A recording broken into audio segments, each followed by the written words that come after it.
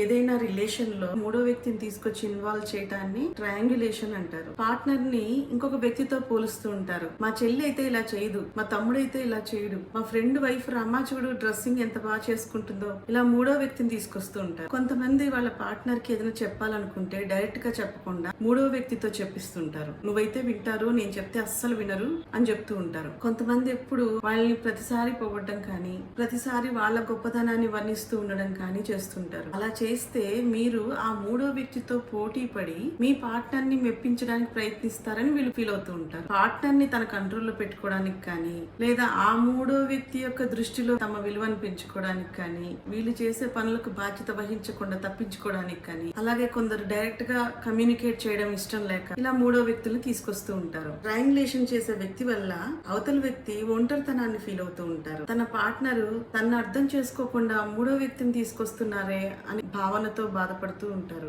ఆందోళన, స్ట్రెస్ కి గురవుతారు. వాళ్ళని వాళ్ళు నిరూపించుకోవడానికి కష్టపడుతూ ఉంటారు. ఇలా ఎక్కువ కాలం ఉంటే ఆ సంబంధాలలో భద్రత, నమ్మకం అనేవి తగ్గిపోతాయి. మరి ఇలాంటి ట్రయాంగులేషన్ ఎలా డీల్ చేయాలి? మూడో వ్యక్తి ప్రస్తావన ప్రతిసారి ఎందుకు వస్తుందో దాని గురించి కూర్చొని చర్చించుకోండి. పార్ట్నర్ కి అర్థం చేయించండి. మన మధ్య ఏం జరిగినా, ఏం మాట్లాడుకోవాలనుకున్నా డైరెక్ట్ గా నాతో మాట్లాడండి, అంతేకాని బయట వ్యక్తిని ఇన్వాల్వ్ చేయకండి అని చెప్పండి. ఎదుటి వాళ్ళతో పోలుస్తూ జెలస్ గేమ్స్ ఆడుతూ ఉన్నా, మిమ్మల్ని తక్కువ చేయాలని చూస్తూ ఉన్నా పట్టించుకోకండి. అలాంటి వాటిలో ఇరుక్కోకండి. ఎప్పుడైనా ముగ్గురు మనుషులు కలిసి ఇద్దరు మనుషుల సంబంధాన్ని మేనేజ్ చేస్తూ ఉంటే అందులో తప్పకుండా ఎమోషనల్ మ్యానిపులేషన్ జరిగే అవకాశం ఉంటుంది. అపార్థాలు చోటు చేసుకునే అవకాశం ఎక్కువగా ఉంటుంది. ఈ టాపిక్ మీకు నచ్చినట్లయితే లైక్ చేయండి, షేర్ చేయండి. సంబంధాలలో టాక్సిక్ బిహేవియర్స్ గురించి మరిన్ని తెలుసుకోవాలనుకుంటే ఛానల్ ని సబ్స్క్రైబ్ చేసుకోండి. Thank you. Be bold, be positive.